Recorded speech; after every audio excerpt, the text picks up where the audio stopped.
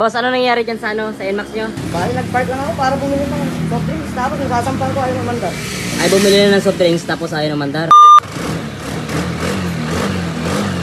Ah, boss. Thank you, boss. Ligtas sa 13,000. So, heto, boss. ECU. May problema yung ECU mo. Bili ng bago, i-repair natin. Repair muna. Magkano ba yung sabi ng kasa sa inyo? 13,500 yung sabi nila. Kumpirmado, umilaw yung tatlong wire nito. Huwag na kayo mag-abalang mag-check pa ng kahit anong wiring dahil 100% may problema yung kanyang ECU. Ngayon, kung may problema yung ECU, syempre, dalawa lang yung kalalabas sa inyan. Bibili ng bago or i-repair. Dapat marunong din kayo mag-repair nito para may option yung customer na kung sakaling walang budget, bigla ang nasira yung ganitong klaseng piyesa, at least magagawa nyo sa inyong shop. So, paano ba mag-repair ng ECU? Ganito lang yung gagawin natin. So, ito yung ECU ni boss mga katropa. Sa likod ng ECU, mayroon dalawang tornilyo dito para matanggal natin itong pinaka-module ng ating ECU. So, dito sa ECU, ang gagawin natin, magsusukat lang tayo dito ng 80 mm. So, sa caliper, hanapin yung 80 mm. Isukat natin dito mula sa gilid. Sukat natin dyan. Tapos, guhitan natin. Kukunin natin yung yung pwesto ng dalawang tornilyo. Pagkatapos ng 80 mm, dito naman sa pa-cross niya, mag-ano kayo ng 66 mm.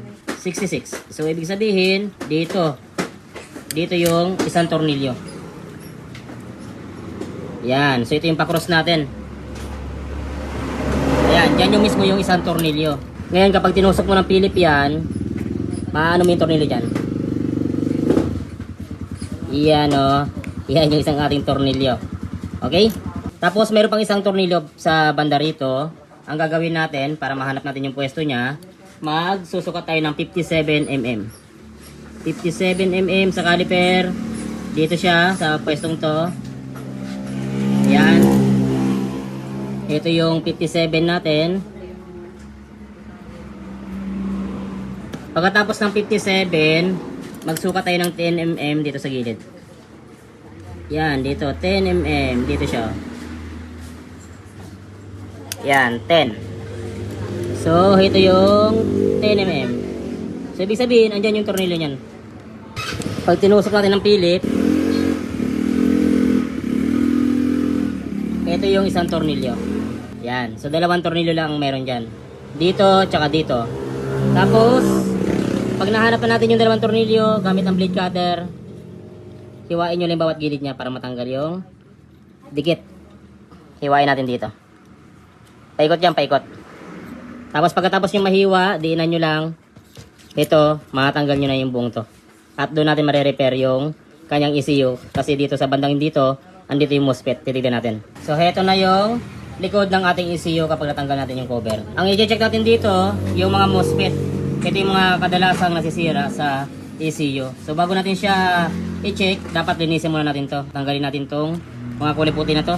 So, ito na mga katropa yung ating 6 na MOSFET. Nalinis na natin mabuti. Pagkatapos nating malinis yan, gagamitan natin siya ng multitester at titignan natin yung kanyang reading kung sino yung busted dito sa 6 na to. So, gamit yung ating multitester mga katropa dito sa ating 6 na MOSFET, ang gagawin natin, iisa-isa natin i-reading yan kung sino yung busted. So, yung reading yan mga katropa, hindi na importante yung lalabas dito. Ang titignan natin dito kung sino yung grounded. Yung ganito. Kung sino yung tutunog. Once na tumunog siya na ganyan, ang ibig sabihin yan, busted yung MOSFET na tinetest natin. So, unahin muna natin itong unang MOSFET. Ito, yung negative probe natin ng ating MOSFET, dito natin siya ilalagay sa kanan. Yan, dito natin siya ilalagay. Kahit saan nyo siya ilagay dito, i-contact, walang problema. So, pwede rito sa pinakababa na. Tapos yung positive probe natin, ilalagay natin siya dito sa kaliwa naman. So, ang ititest natin dito sa bandang kaliwa, yung bandang baba, tapos yung bandang taas. Dulo-dulo lang ang ititest natin. So, parang ganito. I-test natin to, yung baba. Kung mapapansin nyo, ang reading niya ay 1.5, okay? Sa bandang taas naman, ang reading niya ay 0.8, okay? So, ibig sabihin yan, check itong ating MOSFET, walang problema. Susunod naman natin yung kabila, ganoon din yung proseso. Yung negative probe natin ay dito sa kanan, at yung positive natin ay dito naman sa kaliwa, sa bandang baba. I-check natin. Okay, 0.8 yung kanyang reading, at yung taas naman niya ay 0.4. Okay, walang problema. So, sunod-sunod na natin itong i-check. Titignan natin kung sino yung grounded, sino yung tutunog na ganito. Okay? So, i-check natin yung isa. Walang reading, okay lang yan. Ibig sabihin yan, kung walang reading, yung mga partner niya na MOSFET ay may problema. Ito yung partner niya. Malamang ito yung may problema. Check natin. Yung sa taas. Okay, nakita nyo, tumunog siya. Sa baba. hindi tumunog. So may problema pa rin yung MOSFET na to. I-ikas na natin to. So ituloy-tuloy natin. Meron pa tayong natitirang dalawa. Check natin to. Okay. Kabila. Okay. Kabila. Okay. So ang problema ay itong isang MOSFET na to. Papalitan natin yan. So meron tayo ritong MOSFET na ready. Yan yung mga MOSFET ko. So isa lang yung gagamitin natin dito. At papalitan natin tong sirang MOSFET na to. So ito na mga katropa yung MOSFET na pinalitan natin. Yan sa microscope. Kakaiba na siya. Kulay itim na. Dahil aftermarket na to na MOSFET yung nilagay natin. Pagkatapos nating mapalitan yung MOSFET na grounded, subukan na nating isalpak doon sa motor ni boss kung gagana na. So ito na mga katropa yung ating ECU na nirepair. At nailagay na natin yung kanyang mga socket. Ngayon subukan natin siya. Kung kanina, nung tineslide natin yung ating tatlong wire ng galing ng stator, ngayon iti-test natin uli siya. So nakalagay pa rin sa negative supply yung ating test light clip. Dahil kanina nung sinusin natin, umilaw yung ating tatlong wire. Ngayon subukan natin, dapat hindi umilaw.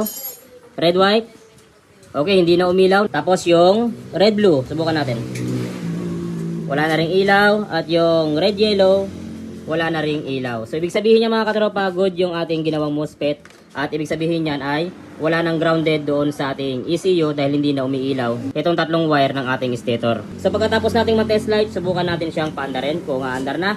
Naka-check engine pa rin siya pero pwede naman natin siyang burahin sa diagnostic tools pag umandar na. Patayin ulit natin.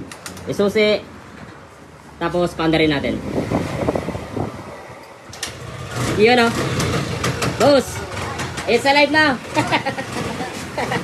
Alright. Pero naka traction control. I-off natin yung traction control niya. Boss. Thank you, boss. Ligtas sa 13,000. Umuusok yung ano ni boss, yung tambucho, mukhang marami na siya nakain na gasolina. Pero ganun pa man mga katropa, it's alive! Thank you. So yun na mga katropa, maraming salamat sa walang sabang pagsuporta sa ating channel. Sana tuwing nanonood kayo ng ating video, marami kayo natutunan, nagagamit nyo sa inyong panganap buhay o sa inyong pag-DIY. Maraming salamat mga katropa, God bless at ingat palagi sa pag-wiring.